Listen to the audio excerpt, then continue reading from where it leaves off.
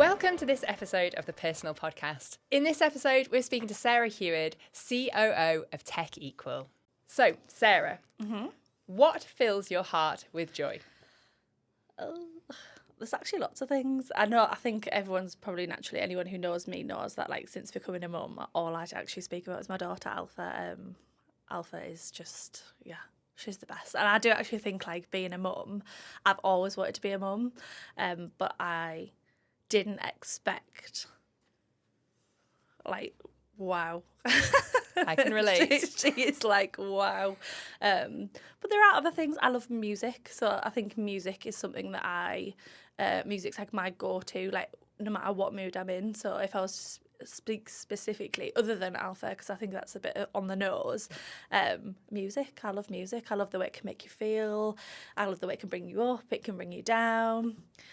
Any females listening to this, I don't know whether males get this too, but when you're in a really, like, bad mood, you might just need to have a good cry, you get your sad songs playlist out. I think music is medicine. I agree. I love music, so music brings me a lot of joy. Musical theatre in specifically, I love. I was listening to a podcast actually the other day that said the secret to living longer is to have more awe-inspiring moments, and often they said that music can trigger that. And I guess especially musical theatre. So I've listened to this, and I love when he was chatting about how you have to find the awe in every day. I love that. That is so how I live my life. I remember listening to it and thinking, it's really true. You do have to find, like, the beauty in, like, all the small moments, and not just wait for these big things that make you go, wow. Definitely. Like there are lots of small things. Even this podcast room we're in today. Oh I'm in awe about the wall and all the patterns on the wall, so it's easy to impress people like me. But I might live a really long time. But that's brilliant. I totally get about the daughter thing. I've got two now, and they just... I wasn't expecting it either. I thought, it'd be I great. actually don't think, like, we're both, like, stuttering for words. I think that's what it makes you do. There's, like, actually no words to comprehend how much joy your children can bring you, and no one can prepare you or kind of explain. Because if you think back to before you had them, like, if I think before I had Alpha, I worked with a lot of people and their kids. Of course. And you see it, like, you see parents and their children, that's fine. But I think until you actually experience it, you're on a different levels. You're, like, in two different games. You'll never understand just that feeling. Yeah, amazing. Yeah, I get it. You've done a pretty good job at trying to explain it, though. So you've mentioned music, musical theatre. What would be the perfect day in the life of Sarah? Do you know what? I'm going to scrap the rest of it. I just love food. I think a day centred, so I actually do like to cook, but a day just centred around eating good food and doing, like, really wholesome activities. So actually yesterday I had a lovely Sunday. Right. So I took Alpha, me, my partner and Alpha and the dog all went for a walk in the morning. A lovely walk around Hardwick Park. Picked up a McDonald's on the way home. Not a biggest fan of McDonald's, but it was, like, quick, it was easy, and my partner was a little bit hungover, so I thought, like, okay. Oh, it's the remedy. But then, like, spent the afternoon cooking a lovely Sunday lunch, like, sat down with a nice glass of wine, Sunday dinner. Like, that is, like, I'm simple pleasures. I don't need a lot to, like, have a really lovely day, but it's more of those wholesome kind of activities where you just feel, like, good inside, like, that's my perfect day. Oh, I'm totally with you, and I can just feel the moment. I had a lovely weekend like that as well, just wholesome family moments, usually centred around food. Yeah. Where can you go wrong? Love food, honestly. So maybe you've answered this already, but you've mentioned music, food, any other passions that we've missed out? No, I think we've got, like, family. So, like, I would say next to Alpha, probably food is my next greatest passion, and not just because I like eating. I actually love to cook, and I find cooking quite relaxing. I know that's not the same for everyone, but for me, I love to be in the kitchen with the music on and just cooking up. I will have everyone round for dinner. It's the least stressed place for me to be in the kitchen, so that's why I love food. But also, I think it's the element of bringing people together. I love, like, I'm from a big family, so I'm one of four, and my partner's also one of four. So because I think we're both from that, we both enjoy hosting, and that, like, food, family, and, like, good times. Oh, can't be it. Oh, fantastic. Loving this side of the chat, but we're going to take it a little bit darker now. That's fine. What's your biggest failure? So, I might be a bit controversial here. So I don't actually believe in failure. Good. I wouldn't say I've experienced what you probably describe as your biggest failure. I think if I'm going to experience that, I haven't yet experienced that in my life. But I don't actually believe anything I've done that has failed to this point is a failure. So the way I live my life is we have blessings and we have lessons. So Okay. I believe that everything that goes wrong teaches you something. And if you can walk away from that experience and understand what you would have done differently, or how you would have treated someone differently, or what you won't do the same way next time, I don't believe it was a failure. I do agree. You know, it's never a failure if you've learned lessons. And to kind of rephrase that question then, in what situation have you learned the most lessons? I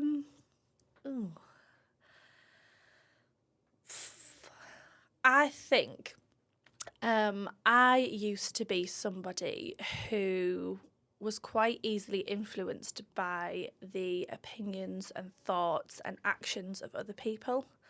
And I don't think there's any one particular situation, but I think throughout my life, before I went through what just was like a bit of like a life epiphany, I could be swayed quite easily. And when I started to unpick that behaviour, I realised that those behaviours also lie within other members of my like immediate family. And it's not a bad thing. It's not a bad way to live your life. But what I realised is it was actually making me very unhappy, and it was contributing to me not succeeding in things that I wanted to succeed in. So what I had to do was really step back and evaluate my own behaviours and evaluate how I was letting others make me feel, and decide whether that was how I wanted to live my life and move forward. And I think I stepped away from a friendship group during COVID. I stepped away from my previous business, my business partner. I've stepped away from people who just don't serve me in the way that I want to live my life. Not because they're bad people or they live their lives in a bad way, just because that's not me being true to me and how I wanted to live my life. And I think since doing that, I've then seen myself succeed in ways that I didn't think was possible. So it's all been positive. That's amazing. Like it's incredible how self-aware you are, you know, for a young person. Do you know what? I often get told I'm an old soul, and I do think I am an old soul, and I've got quite a logic side to my brain. I'm not very reactive. I will sit and think about a situation, especially if it's a situation involving conflict, like what have I done in this situation to cause this? Mm-hmm. What has someone else done? How could I have behaved better? How could they have behaved better? And I like to digest a situation before I react, so that I actually give an appropriate reaction. Does that make sense? Oh, totally. But yeah, that's very rare, you know, in a lot of people, not just young people. Yeah. So that's fantastic. How did you almost become aware that you were so self-aware? Do you know what? I think like I am someone who struggles with my mental health. I'm someone who gets a lot of anxiety. And I just started doing a lot of reading. And I think when you start reading into anxiety and where that comes from, it does often come from a place of where you aren't being true to yourself, or you're not doing something, or you haven't done something that you know you should have done. And ultimately, that's in my control. It's not to blame on anyone else. It's not to say that person's giving me anxiety. It's like ultimately how I feel is completely controlled by me. Mm-hmm. And it is, like you say, it's a lot of self-acceptance, and like we're not like it's understanding like you're not perfect. I think there was a journey of sort of self-discovery that I went on that probably did kickstart through COVID, but really amped up after I'd given birth. Right. Which was like I think at that point in time, your hormones are everywhere, and you really do, you just go through such a change. Mm-hmm. that was almost like the pinnacle. So if we like looked at it a bit like a roller coaster, it was like going up and up and up and up and up, and we hit that point, and I was like, it was almost like a point of no return. And then I could really clearly see who I wanted to be, who I was, and what I was going to have to do to get there. And I'm not going to say it was easy. There's been a lot of ups and downs, and it's been really difficult. And I think it's a choice. It's a choice every day to keep moving forward in that direction and not just sort of simmer and settle. But yeah, it's been worth it. Definitely. You mentioned some books there. Any books you'd recommend to someone who's perhaps in that situation now? I think. Well, if no one has read this, you should read it. But I think Start With Why by Sam. I've read it. Love it. Yeah. I think that's like that for me. And he was on the Stephen Bartlett podcast recently. Yes. Oh, and great, even again, great listening episode. to him again talk about it just reaffirms like everything that you said, like your why is always positive, and actually figure out your why. And I think especially recently, when I talk to people, I'm always like, are you happy? Like, that's the things that matter to me. Like, are you happy? Like, are you serving yourself? Like, what do you do to make you feel good? Are you looking after yourself? And I'm very much, those are the kind of questions I want to put out into the world. That's the way I want to help people now. Does that make sense? I want to make people realise that by getting to know your truest self, because I think that's what I always say to my mum now. I've never felt closer to my most authentic self than I have since having Alpha. And I think, like I said, it's because we hit that point of like almost like the point of no return. And so to keep pushing forward every day, I feel a little bit closer to that person, and it's such a good feeling. It is just like a rush of like, oh, like, yeah, we're doing this. I completely agree, and I do think there's nothing like becoming a mother that brings you closer to your authentic self. Yeah. And authenticity is actually a key value of Harvey and Hugo. You know, in today's world, it's so easy to put on various hats and masks and not be true to yourself. So absolutely, massive credit to anyone who is pushing through that to discover who they are and then being their self, no matter what people think as well. And it's hard. Like I think like the underlying thing is like I mean, you've met me quite a lot of times now. Like I am like what's the word? Like relentlessly positive most of the time.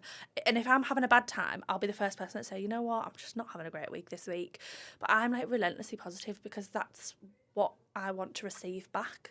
I think that I like to push out the sort of vibes that I want to attract from other people, and like energy is really important to me. So like if I in the past, as I was saying, you mix with a lot of people and you're getting to know yourself at the same time. So you mix with a lot of different energies, and sometimes you maybe accept people that kind of don't make you feel that great, but you kind of want to fit in and you want to sit in that circle. Yeah. Now I'm not really too interested in that. And because I've moved away from that and I kind of know what energy I want to be around and what energy I want to give out, I think I'm much more sensitive to that. But also, I just think like you're putting better into the world because you're not drained down. You're actually like shining like your authentic light, and it's such a good feeling. And it is hard, but it is just worth it. Totally. I feel like repeating myself. No, it's all good. And to ask kind of that question that you ask people, you know, are you happy? I'm actually the happiest I've ever been. And do you know what's really nice is I actually say this to my partner all the time. I'm the happiest I've ever been. Just in case you're wondering, I need to tell you, I am the happiest I've ever been. I'm the most content, like stable, but moving forward. I don't feel stuck. I'm gonna flip that question to you. Are you happy? Yes, I'm so happy. Don't get me wrong. Sometimes I become a victim of my own happiness because it propels me. Like doing things like this, I love working. I love working really hard. I love my family. I try and be everything to my family, everything to my business. Yeah. And it sometimes drains me, but it's that passion, that enthusiasm, that happiness. So it's always that double-edged sword. It can lead to be a weakness. And then when I do get really run down, I get a little bit more anxious and everything like that. So, but yes, I am really happy. Good. You seem happy. But I think exactly one of the things you just said there was, you know, you try to be everything to everyone. And I used to really struggle with taking time off or stepping back. Yeah. And I don't now, because I just think like it's that whole thing of fill your own cup first. Yes. And now, like, I know if I go to that bad place, because that's not my natural state. So because I'm naturally just like finding the positives, and it does drive my partner up the wall and my mum, and like they all just like, you're so positive, and I'm like, yeah, but it's the only way to be. Like you can let all these really negative things just drain your energy, or you can say, oh, never mind, we go again. And I think that as long as you're okay with being able to step back and say, you know what, if you get to that point where you're like, you know, I actually just need a break, I just need to fill my own cup. It could just take 24 hours. You just need to take 24 hours, brain switch off, enjoy those wholesome things, some good food. I always say I need carby sleep. So I'm like, if I get into like a bad mood, I'm like, serve me a lasagna, garlic bread. I want like the trifecta of carbs, and then I want to go to bed for 12 hours, and I'm going to wake up in a much better mood. But it's like those simple things. It's like, take it back to basics. What do I need here? So on that note, if you haven't actually listened to, I can't remember Matthew. I'll have to find out his name. Matthew is the latest episode of The Diary of a CEO. Okay, It's all about sleep. Oh, I think I read his book. Oh, it was amazing. It's incredible. But again, like, can really relate, because actually when I'm getting into that place, that's what I need. I need good food and I need rest, and it just recuperates my system. 24 hours later, I'm like, oh, oof, just a bad day. All easier said than done when you've got a baby who's still not sleeping through at 10 months. But yes, I do understand where you're coming from. And so we've talked about your happiest now. Yeah. What was the lowest point in your life? So really weirdly, after I had Alpha, I think that, so my background was in childcare. I worked with a lot of people's kids. And so the aspect of like raising a child, biologically, just raising a baby, feeding them, changing them, putting them to bed, I could do that with my eyes closed in a headstand, no bother.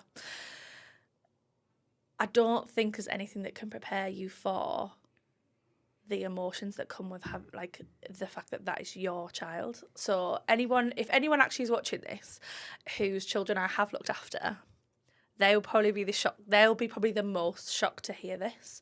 But I just did not expect and couldn't have like foreseen that I would have found it so difficult. I did suffer with postnatal depression. Because I was just trying to be everything to everyone. Yeah. I underestimated that I'd spent 7 months vomiting. Same. Yeah, I can really relate to that. 7 months vomiting, and then 2 months with the worst heartburn on very little sleep, to having the most beautiful baby girl and actually feeling the worst I've ever felt. And it was just, I remember, so I actually bought a house. I didn't do things by half, so I got pregnant and bought a house in the same year. So why not? Well, we like a challenge. We came through, we made it, it's fine. But I remember being sat in my front room in my brand new house, watching my partner, who I absolutely adore the bones of, sat cooing and playing with our daughter. I was sat at the other end of the room crying my eyes out.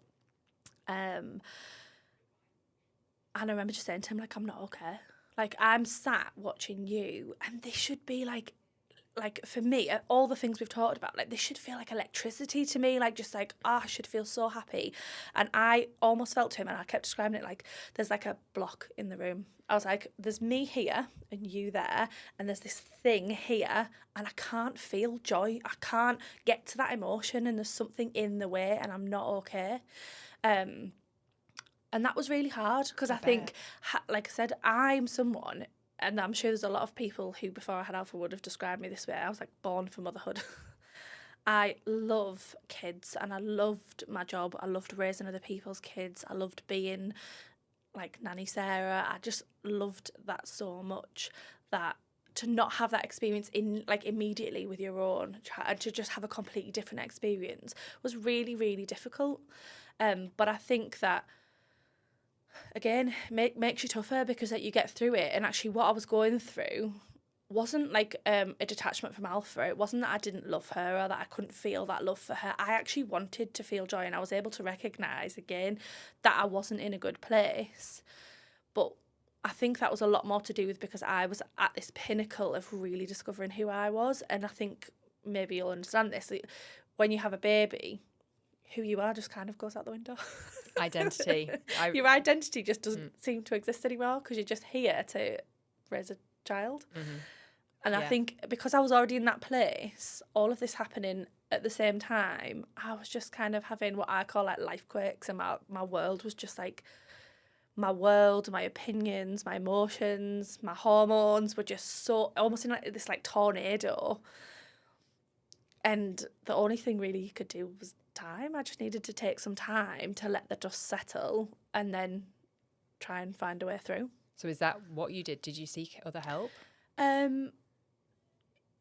So I was speaking to my GP. They did offer me medication, but I had been in, like I said, I'm someone who's good at recognising when my mental health isn't well. And so I'd been in this situation before, and I decided that I'd give it 2 weeks. I was like, I just want to give it 2 weeks. I'm going to turn my phone off. I put my phone in like the tea and coffee cupboard at home. And I was like, I texted everybody that I knew and said, I'm with Dom. Dom is home. So if you need me, contact him, my phone is off, and just spent some time like disconnected from everything, enjoying my new house, cooking food in my new house, drinking wine on an evening, like time with the baby, you know, going shopping with my mum, like just doing things that didn't involve an external opinion, almost like an external opinion or an external set of eyes on me. And that switch off, that was almost like the dust settling. And then you just come through that. So in this time, I think there was a 2-week period where Don was home and then he went back to work. So because he works offshore, I was then on my own with like a 8-week-old baby. How did right you over cope? Christmas. Do you know what? I know it sounds off, but you just do. You just cope. You put one foot in front of the other. You get up every day and you just do it. And it is hard. I think life is hard. Yeah. So I used to watch The Hills. And, me too. So I used to watch The Hills. And on one of the episodes of The Hills, and this has always stuck with me, she says, there's one of the girls is crying and there's like a bicycle helmet and she says, life's hard, and she taps on the helmet, she's like, get a helmet. And that is one of the things that like has really just stuck with me. Moment. And that's what I always think. I think like life is tough, but so am I. Exactly. And I think it's important to have that mentality. Yeah. I think sometimes when people think that life is tough, you know, that's it, you know, they're the only one. But it's about pushing through it when times get hard. I think that's why having the conversation and saying, you know what, like I outwardly to the world, I'm probably one of the most positive people I know. But actually, I have struggles. I've had struggles. Like things have been difficult, but I just have to take a bit of time. Just take time. You're not in a rush with anyone, and it comes back to this thing about figuring out who you are. Is part of that is the pressure that we put on ourselves to be on somebody else's timeline. We're not on anyone else's timeline but our own. And as soon as you figure that out, there's such freedom that just comes with that. Oh, you're so wise. I can learn from that, to be honest. I'm always so eager to please other people. But I love what you did, like switching off your phone. I think it's the answer to a lot of people's problems, actually, but they're so addicted to their device, they can't do it. And you're absolutely right about judgment. There's never been ever so many opinions until you become a mum, and how you raise your child is crazy. That was one of the big shocks for me. And also how I couldn't take it as well. You know, someone criticised my business. I'm like, okay, I can take that constructively. Oh, but my daughter, I know best, you know. And, you know, I think generally the mother does know best, but so many people want to interfere. I'm quite relaxed as a mum. I'll be honest. And I think maybe that comes from having looked after other people's kids. You see the best and you see the worst, and you see the difficult and you see the easy. And again, just how I choose to live my life, like nothing's really a problem unless it's a huge problem. Nothing's an issue. So I don't own anything that like she can't break. I don't let her near anything that like is precious to me. And, you know, if she wants to have chocolate buttons at 7 a.m, would I rather she do that than have a screaming fit? Yeah. So, you know, yes, my chocolate eats chocolate at 7 a.m. My child eats chocolate at 7 a.m. That's your secret. Yeah. I need to learn that. And I just think that, like, you know, how I live my life is how I want her to live hers. So, you know, I want her to have a healthy relationship with food. Food is food. Food is here to nourish us. I'm not going to stop her eating certain foods. I want her to learn to have a balanced opinion with food. You know, same with her emotions. If she's going to have a tantrum, I will never be the mum that is like mortified if she's laid on the floor in boots having a tantrum. I'll be the mum that stood there like, she's fine. Good for you. And I think, like I said, like that's my approach to motherhood, is that just like, you know, she's got to learn, she's got to grow, and you've got to, sometimes it's quite fearful. And that is one thing, like the worry. The worry. That's one thing that no one can prepare you for. My mum did warn me, because when I was worrying and being sick all the time, I was like, is she getting the nutrients to grow? When I was pregnant, my mum was like, this is just the start of things. You know, you will never stop worrying now. She was so right. So do you get, so Alpha sleeps, she does actually sleep, so I'm sorry to hear that your child does not sleep. I don't want to hear that, Sarah. But, so if she sleeps, so she goes to bed between 6 and half 6 every night, and she wakes up between 6 and half 6 every morning. I don't want to hear that either. If I wake up and it is like after 6:30, it could even just be 7:15, I lay in bed and I'm like frightened to go into her bedroom. Like, what if something's happened to her? Like, that worry, like my partner honestly thinks that I'm like insane, like, and I'm just like, no, like I worry about every little thing now. And again, you don't have that when you look after other people's kids. I promise you, Really? you don't have that, because you think with your logical brain. Oh. And when you have your own, you think with your emotions, and you just can't see logic. It's mental. And I know so many people, myself included, who suffer from that. And every single possible thing that could go wrong goes through my mind. If they're going out for a walk, what could go wrong? Especially if I'm not there sometimes. Oh, but yeah, we actually bought a little owlet monitoring device for Camille, just because, my anxiety was just trebled. It was my second baby, so you'd think I'd be calmer, but just the way we got there, going through IVF, miscarriages and everything like that, I was just like, I just need to know her heart's beating. And do you know what? So I say like now all the time, and again, I don't know, because this is my first child, and I almost think it's something you never really want to like open up about, but like I just feel like something's going to happen to her. Yeah, and I don't like to talk about it. Yeah, I don't like to talk about it because I'm like, I don't want to tempt fate and blah, blah, blah. But I say to my partner all the time, like, I want to soak up every inch of her. Maybe that's why I talk about her so much, because I just adore her so much. And I couldn't have imagined feeling like this, that I just feel like it's something that's just not going to be here for a very long time. Totally. And it's awful feeling. Yeah, like, sometimes I don't just feel like I deserve it. But then also I have that worry, but I have the worry more about something happening to me, and just that I'm not going to be there for them growing up. So do you know what? So I asked my partner this recently. So I've gotten into this new thing where I just ask him random questions throughout the day. We'll be doing nothing. Sounds like this podcast. And I find like a question. I'm like, so what do you think about this? And he's just like, what? But one of the things I like think all the time, I've completely had a brain fart here. About something happening to us, not being able to care for them. So one of the things I asked him recently was, is he afraid of death? And he's actually quite afraid of death. And that took me by surprise. Now, before I had Alpha, I was really frightened to die. Now that I've had Alpha, I'm actually not frightened to die. Do you think that's because you feel you've got a legacy? I don't know. I'm frightened, or it would make me feel sad to think about her world, and to think about her world without me in it. But all of a sudden, I'm just not frightened of it anymore. I can't explain it. I can't explain that all of a sudden. Maybe that I've like handed off my life. Or you've fulfilled your purpose. Yeah, it's so strange. But that fear that I had, that really intense fear, and it was something that just really, really frightened me, it's just not something that bothers me anymore. Yeah. And like, so last year, again, I don't know whether it could be coincided. Last year, my mum was diagnosed with cancer. She's now in remission. She's all clear. She's actually flying off to Cape Verde today. Good so for her. Have a nice holiday, Mum. But again, I don't know whether it was maybe coming so close to someone with cancer, and like my mum was really lucky. So like, had she not been so lucky, like I don't know, but I just feel like I've hit a point where actually I'm not afraid anymore. Like maybe it's because I'm happy. Do you know, maybe it's because I am feeling fulfilled, and I just think, well, I've actually gotten a lot out of my life. If something was to happen to me, like That's great. I suppose when I'm feeling more happy, that's when I'm more fearful. If I'm having a bad time in my life, and I'm like, I don't really care, sort of thing. But now it's exaggerated all my fears, not because worried about me, but just I would just hate to not be seeing, or to be not guiding my girls through life. So that's like my biggest fear right now. Is because I am so happy, I feel like I'm waiting for something to just come along. And I think the death of somebody close to me, it's because I don't, in this moment right now, I just don't know how I'd process that. Yeah. I don't know who I'd be at the other side of that. And because I quite like who I am now and my life now, that produces a lot of fear in me, because I'm like, okay, well, I've reached a person that I like who I am. I like what I stand for. I like my life. I like going home. I like getting up. I like doing my job. And I think when something big like that and profound happens in your life, it changes you, whether you want it to or not. Like it does. And I think that's something that frightens me, because I think I've reached a point where I'm actually really content.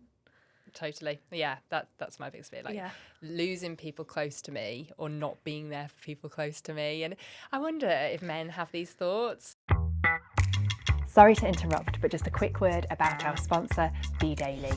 I've been subscribing to the Bee Daily now since starting my business. It provides relevant and informative information directly to my inbox, not just about the North East, but also national news.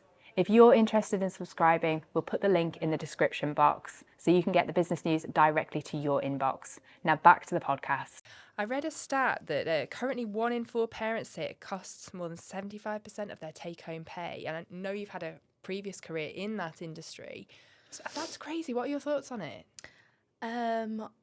So I understand this from both sides of the argument, which is, I think, is quite unusual. So having worked in childcare and having had a business in childcare, my thoughts are that the whole system, the childcare model and the whole childcare industry is broken. It doesn't work. It's a broken business model.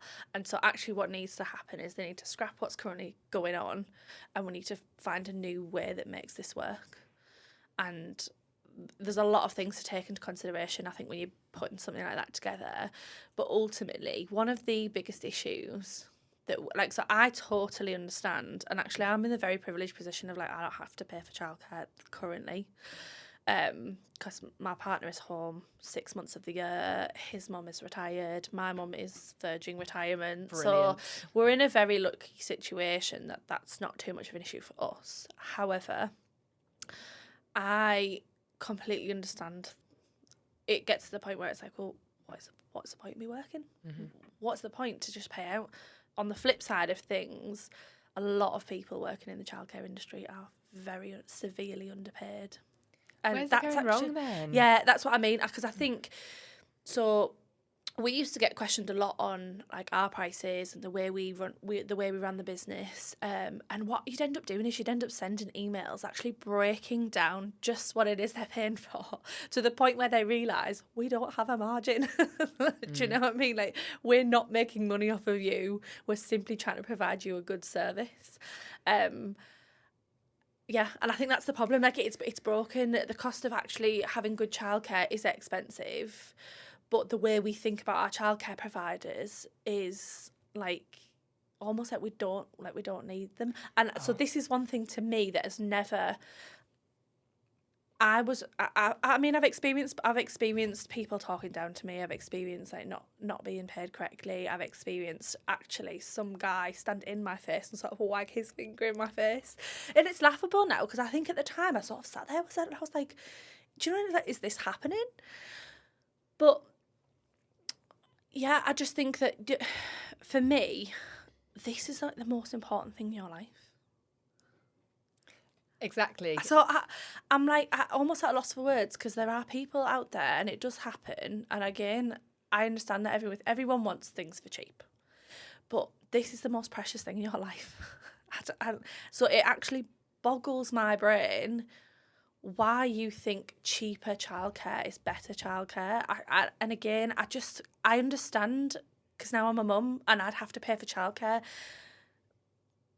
Yeah, the system doesn't work. It really doesn't work. We don't need a reform or a new budget. We literally just need to find, like, a way of making childcare work so that mums can work and we respect. Like, it comes back to this debate, doesn't it, of equality and, like, you know, realistically. Yeah, just respecting. Everything you said resonates with me so much. Like, these people, you know, these amazing men as well and women that are looking after our children. It's amazing. I couldn't do it, you know. And I try. And also, it's the most formative years in your their childhood. That is it 0 to 5. So it's 0 to 8. Right, 0 to 8. 0 to 8 is like when like core brain development happens, yeah. So yeah, it's so crazy. Important they find, and a lot of the people that my children have worked with in whether it's nursery or childcare settings, they've been magical people, and they deserve so much respect. And it makes me cross when people don't give it to them. And that's what I think is so difficult, because the way we are taught, and it's the same with nurses. You could argue the same with the NHS. Mm-hmm. The way we're taught to think about the people we depend on most isn't to put them in that high esteemed position.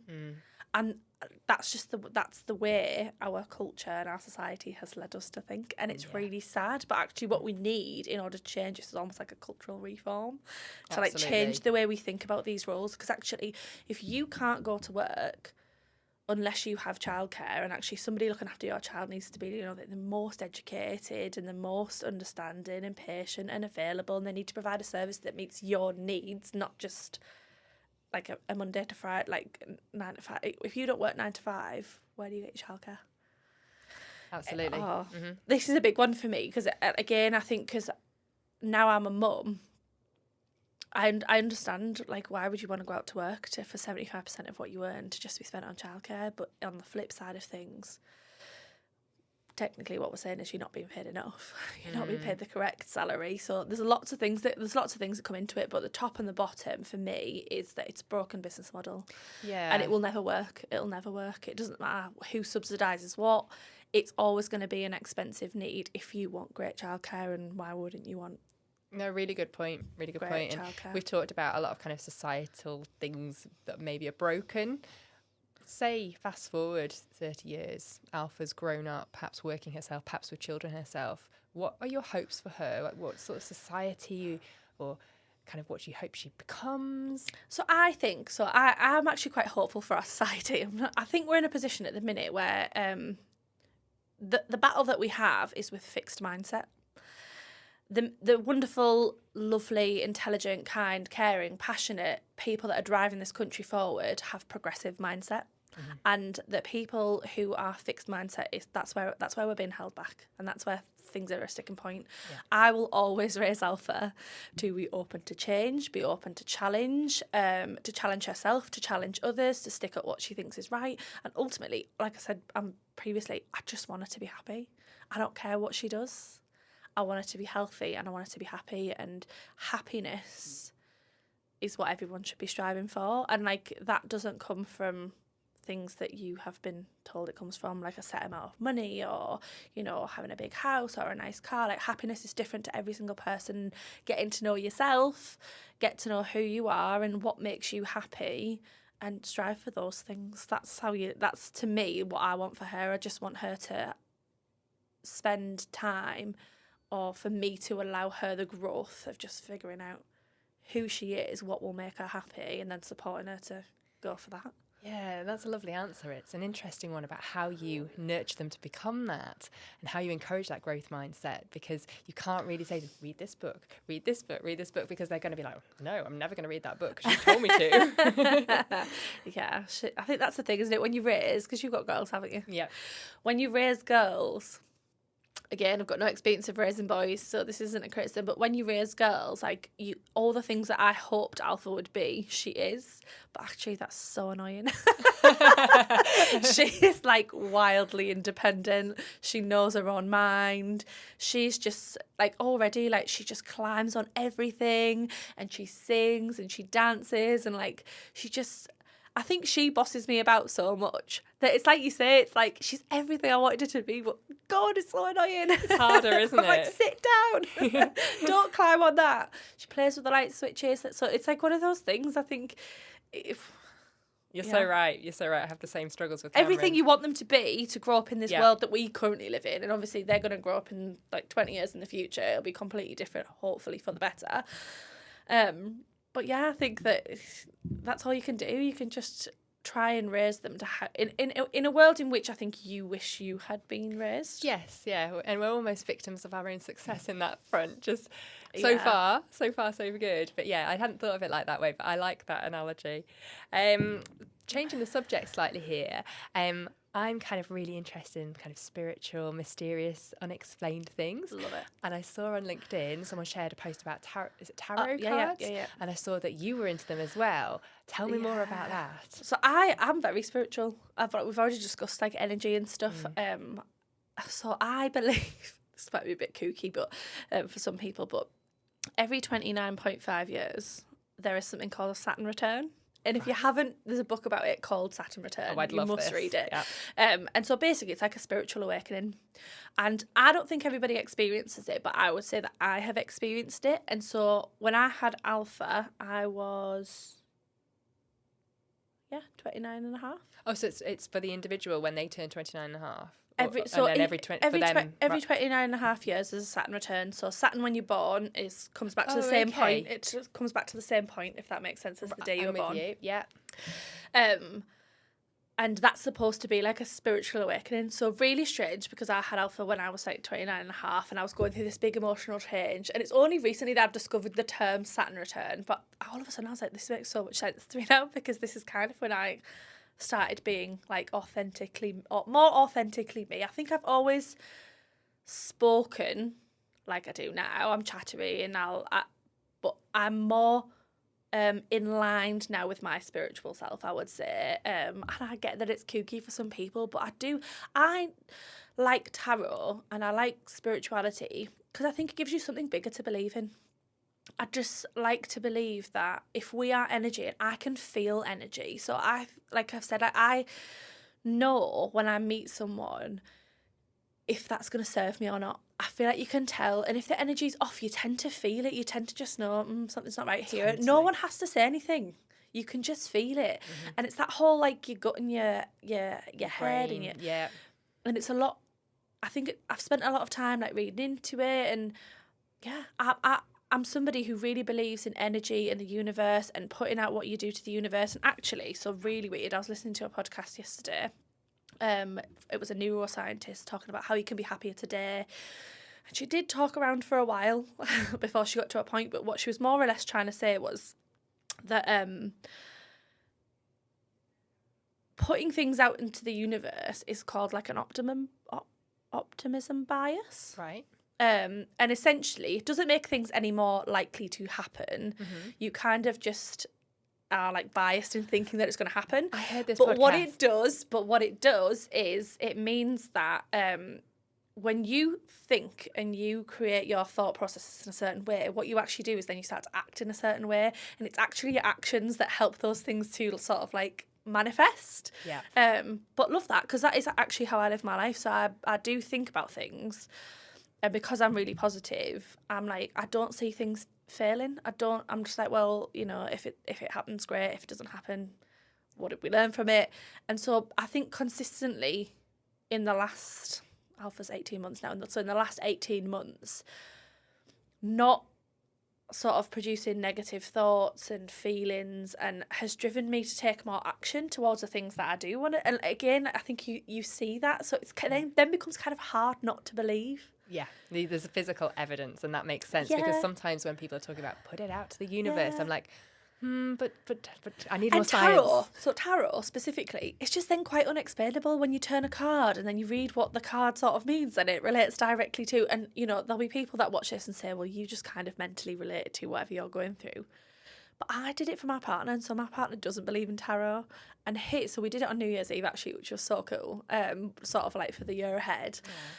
And it was just like, his was like so unbelievably nail on the head for where he's at in his life. So I need actually anybody, if anyone wants to buy me a deck of tarot, you can't buy your own. Oh, so right, that's the thing. So somebody has to buy you a deck. Okay. But essentially you'd lay all the cards out in front of you. You could do it differently, but I do past, present, future. Right. So you'd lay the deck out in front of you and you'd just select 3 cards out of the deck. And then you turn them over. So you turn it past, present, future, dependent which way the card is, if it's upright or not. It can mean different things, but honestly, really good. I'll get a deck. I'll get someone to I'll buy you a deck. We'll get a deck and we'll do it tarot, and we'll record it. Yeah. The scary thing is that I did get tarot done years and years ago with my friends in Newcastle when I was working up there. And then they all got it done, had really positive experiences. For me, it was positive up until the point where all of the cards flew up in the air, went all on the floor, and I was, what does this mean? Like, and I was quite young, so I didn't dare ask. I just kind of shuffled on. Like, she's like, "You're done here," and I was like, "Okay." And then I was thinking, oh, it's all a load of nonsense. But the same lady predicted for my friend that she would marry a policeman, and she did. So when I'm always like, oh, because it does come back to me all the time. I was like, what does that mean? You know. So if you know what it means, no, I've never heard of that. No, maybe she was clumsy. Maybe she just dropped them all. But I don't know. It was just very awkward. Yeah. I think take everything with a pinch of salt, but take what you need from it. The same as anything, like take what you need from it. If you're not someone who believes in tarot, but like has like been at a party or whatever, and you get your tarot done, take what you need from it. So for me, like a lot of it always drives me forward, or it kind of makes me feel comforted that that is how I'm feeling.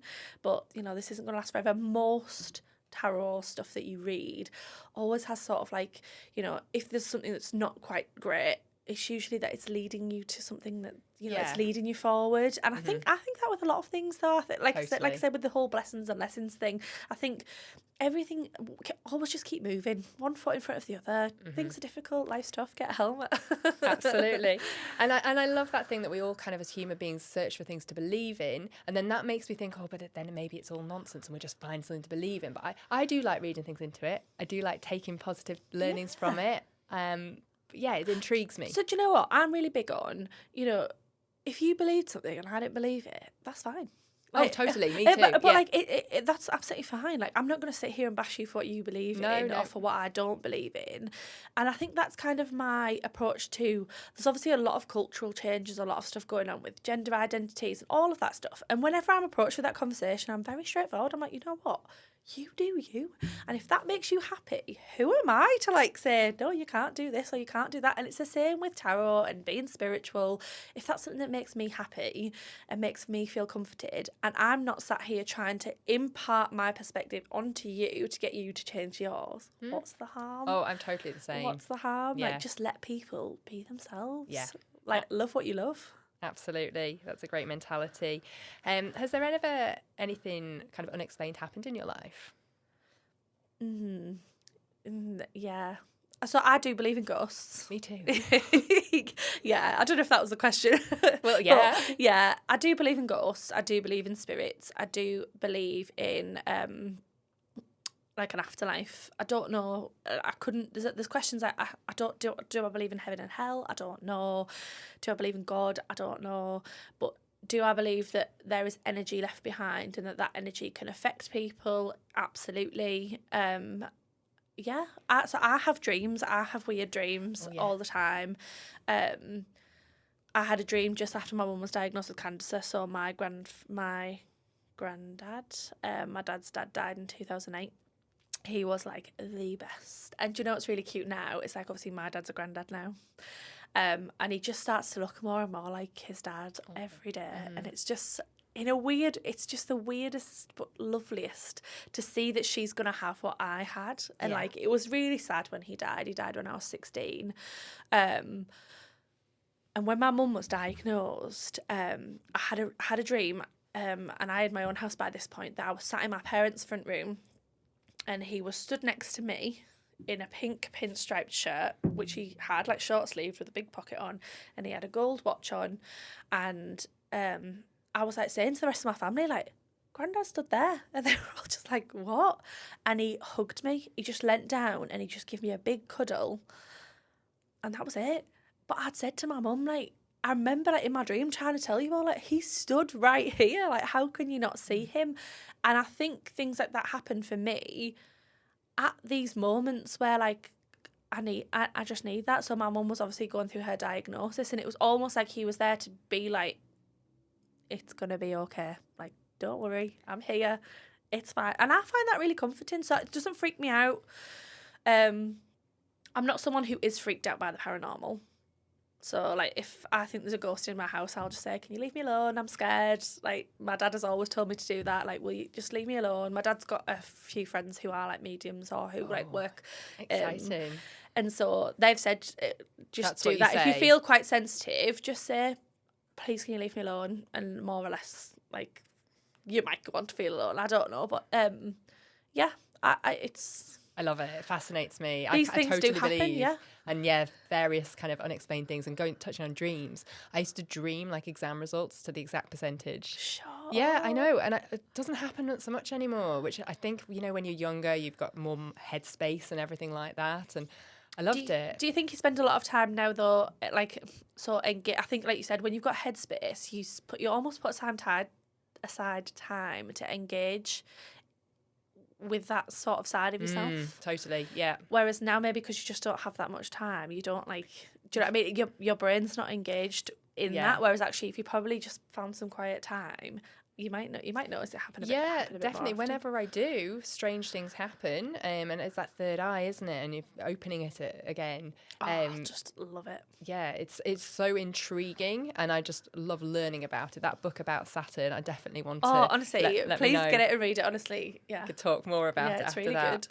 Have you been here before? I know you've said that you've got an old soul. And I don't mean flog. I've never had it. I've never. You mean to this podcast studio before? No. So I don't think I've been here before. I've never had any indication that I've been here before, but I've met people who do believe they've been here before, and I've certainly experienced really strange things where it would seem like people have been here before, where people say things and you're like, what? How do you know that? But personally, I don't think so. Do you think you've been here before? I do. Do you? I've never done past life regression because, again, I'm a little bit scared of it. Yeah. But I have certain recurring dreams. One, I think I worked in a mine because I had a lot of dreams early on when I was younger of the roof caving in on me. And that was always really scary, but it was again and again and again. And I'm only just kind of trying to make sense of it. I also think I was maybe like a spy in the war because I keep getting dreams where I get found out, and it's just all very, I'm just putting in, it could be total nonsense. It doesn't bring me any comfort to think that, but it's just the feelings. And then I've read so many books about it where people have had a birthmark where they were shot in a previous life and they've been able to recount and tell people about it. That's crazy. I know, I love it. So my nephew, my partner was born in Newcastle and his family lived in Northumberland for quite a long time. So my nephew is 10, I think, turning 11 in November. And when he was quite little, they'd gone up to Craster. And when they were walking along this street in Craster, he turned to his parents and said, "Oh, I used to live here. And if you walk up here and turn around the corner, there's a castle at the top of the hill," or something like that. And like, lo and behold, like that was exactly it. And they've always said, I mean, he said and done a lot of strange things, but Same. prime example. And they were just as shocked because they didn't know it was there as like. But he was just like so confidently, "Oh, I used to live here." Yeah, when like, there's evidence what? of it. Like my daughter claims she's had another life. She used to talk about it all the time. She's 4 now, so she doesn't talk about it as much, and she doesn't like to. See, I think that would freak me out. It does freak me out. I'm not going to go into it and talk about it because it freaks me out. But I think if Alpha was to start saying anything like that, I would be that would freak me out. But personally, yeah, I go cold when she talks about it. So I'll move on. Talking of kind of children again, how was your childhood? I had a lovely childhood. I'm very lucky. I actually adore my family. They are absolutely. Are we allowed to swear on this podcast? Yeah, go for it. Batshit crazy. Brilliant. They are absolutely batshit crazy. But yeah, I just had like a typical 90s childhood. Like you see stuff now, don't you? Like, you see all these TV shows popping up and I'm like, yeah, like that was us. We had Sega, we had Nintendo, we went camping, we went to Tiger Club, we went to like Primrose Valley. Do you know, we did all of that family stuff. We went on holiday to Spain, we went to the kids clubs. You know, they're all the things now that I want to do with Alpha. Like, I don't want to take her on. I think because we live in like the age of social media, you kind of get influenced that you should be doing like all these like really bougie things with your family, and I'm just like, that's not what I want her to. And me and Dom we were literally chatting in the car yesterday. He was like, "I think we should get walking boots," and I was like, "Yeah, me too." You know, you're like, "Oh God," that's what we get excited about now, like taking her out to the places that we used to go to. Oh, I love that. But nostalgia. Yeah. And we've just got back from a package holiday to Tenerife. It doesn't get more 80s and 90s Literally than that. love it. But yeah, I think like I had a lovely childhood and I'm very close with my siblings. So like we used to get called an army. People used to call us the Heward army. So embarrassing. But my sisters are like Rottweilers, like honestly. So in the nicest way possible. Again, anyone watching this that knows them will know what I mean. Like we're like 3 formidable characters, but being the older sister, you would think that I'd be like, it'd be like a try. No, it's not. It's very much like this. Like they have my back with absolutely everything, and they are a force to be reckoned with. Oh, I love that. I won't say anything mean to you on this podcast. No, honestly, like it's really funny. But I think since having Alpha, our relationship's just like next level. Like, yeah, oh, that's so lovely. We fought so much as like teenagers growing up. So my mum as well, just to put it in perspective, my mum had my brother who was 3. She had me who was 11 and a half months, and then she gave birth to my sisters. So Whoa. she had 4 under 3. My goodness. Yeah, so when I say we're close, like we're super close. So me and my sisters are the same age for 2 weeks every year. Wow. So we're almost triplets, not That's quite. crazy. But yeah, we're very close, and it was very happy, and I was very much the peacekeeper. I think like that's going to just be a common theme in my life. I think running forward, I always like to keep the peace. I don't like conflict. Oh. It's not for me. Sometimes it's necessary though. Yeah, but for me, so I'll just walk away. If there's conflict involved now, again, I think it comes to when you get to a place in your life where you're kind of like, you know what, that's not for me. You can't. I'm too tired. I'm too tired now, my mum. No, I understand. I'm too tired now, my mum, to be arguing with people with something I don't care about. Oh, absolutely. I just like, if you don't care. Do you know what? Like, that's fine. We can go our separate ways, and I can be right and you can be right, and then we don't have to argue about it. Fair enough. I think we've got time for one last question. Do you have any regrets from your life so far? No. I knew you'd say that. That's a rubbish answer for me. Can you give me anything else? So do you know what? I always used to say I had one regret. And I think as I've gotten older, I've realised it's not really something I regret. It was just meant to be that. It was just meant to be that way. So my grandfather passed away. This is going to sound really trivial, but my grandfather passed away on Christmas Eve, and on the 23rd of December, like I said, I was 16. I was going to like an under 16s like party thing in Middlesbrough, at the warehouse in Middlesbrough. And my mum was going down to visit my granddad on the 23rd. And by that point, he was just in bed. He was like sleeping on and off. And she said, like, oh, do you want to come? And I was like, no, I can't because I'm getting picked up. And as it turned out, my lift was late. So as they actually did pick me up, my mum was just literally pulling back onto the drive. So I could have gone. And then while I was out, he like passed away at midnight. So he died on Christmas Eve.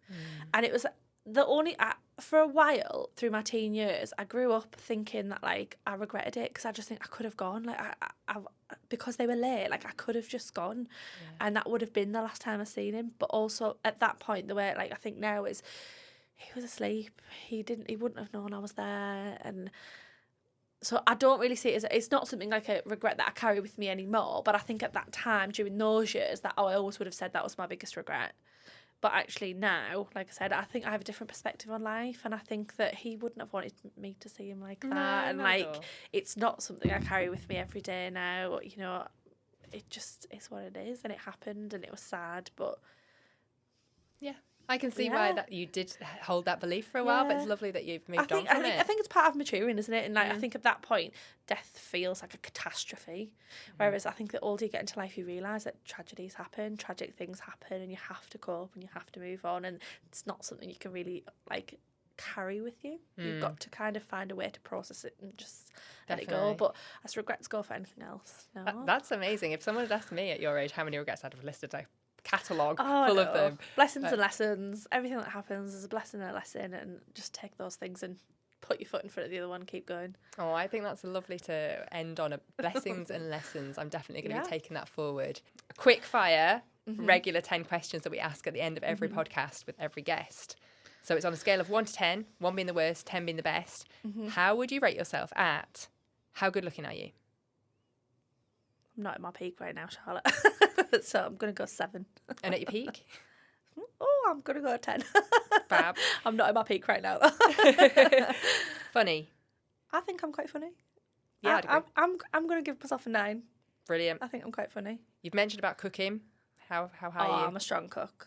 I'm going to go 11 out of 10. 11 out of 10, I'll go for amazing. Cooking. I'd cook you all a nice meal. I'm going to hold you to that. I'll bring the tarot cards so you cook me in the meal. Singing. Are you a good singer?